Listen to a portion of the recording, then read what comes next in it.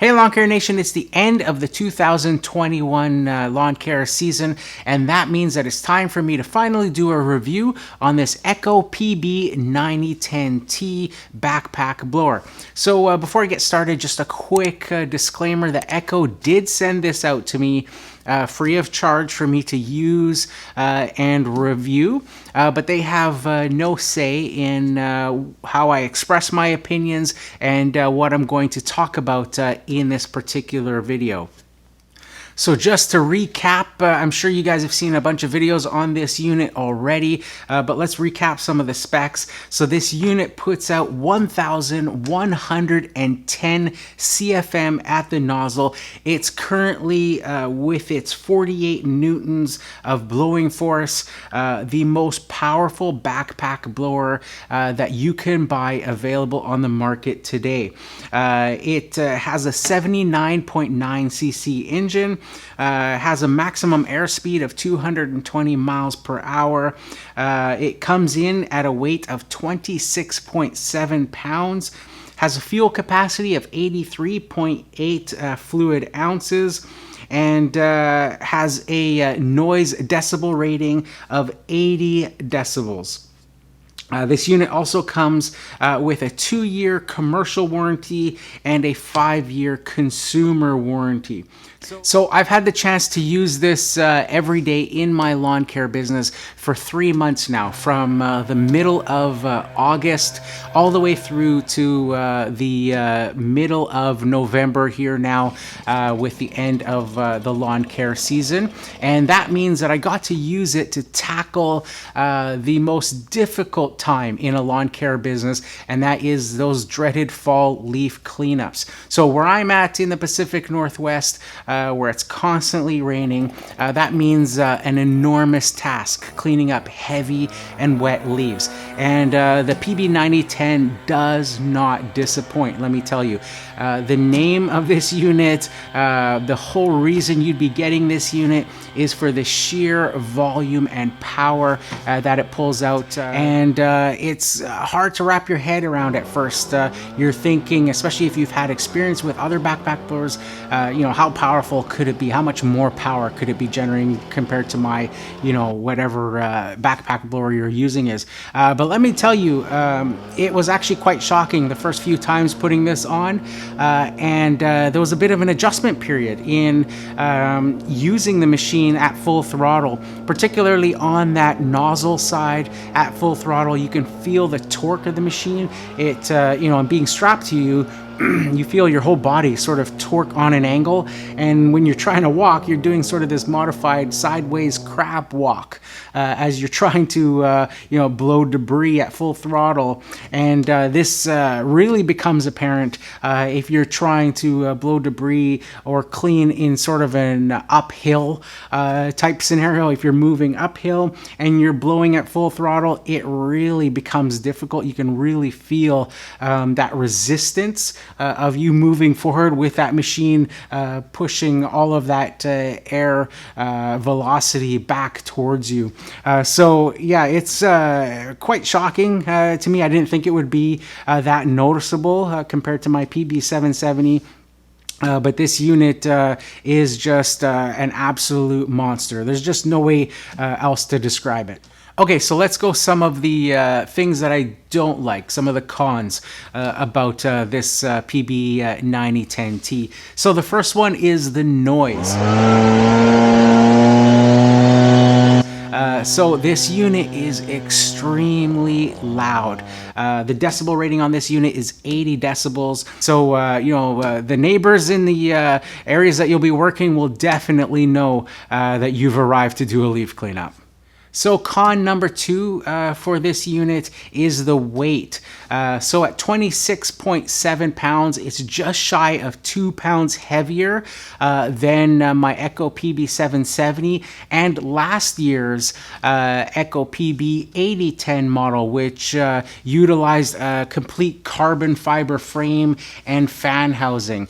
So with that, this unit gets pretty fatiguing if you're using it for an extended period of time, and definitely by the end of each day, you'll be looking forward to being able to take a rest and not be lugging this around on your back. So con number 3 is partially due to that weight, and that is the design of these straps. They have an adjustment here at the top, and for me, I always have to have them pulled all the way. But you can see here, even from my last use, that they always seem to pull apart and just work their way loose. And that causes the straps to start to fall off of your shoulder. And I find that the machine, because of that weight, is always sort of hanging back. And you're always having to sort of prop it back up and sometimes even hold the straps on your free hand that you're not using the nozzle with.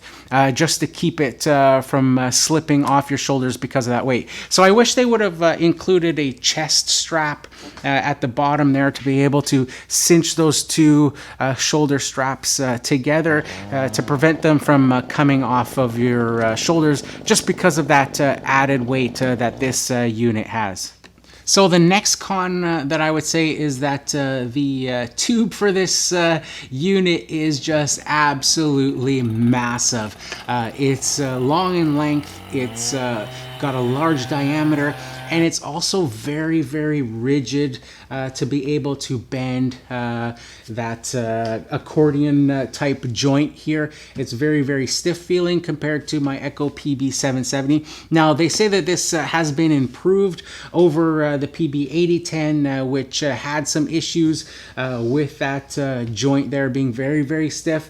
So this one is better, but still it's not the same as, say, my ECHO PB-770. When you couple that together with the fact that this output tube here is very long and it's not adjustable in that length, it makes it very difficult when you have this backpack blower on to be working in tight conditions. So if you're, in some shrubs, maybe between a house and some shrubs, maybe that space there that you commonly see that there's leaves and stuff back there, and you're trying to work your way through that, it can be very difficult. That larger tube can get in the way. So I do wish that they would make that tube section easily, at least the front section, part of it is removable easily or adjustable so that it could be, just made shorter to be able to work in those tighter areas.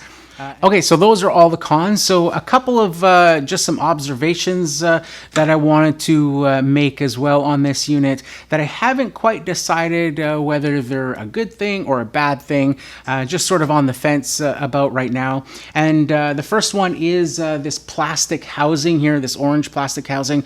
You can see that it's, as I press on it, it's very, very flexible.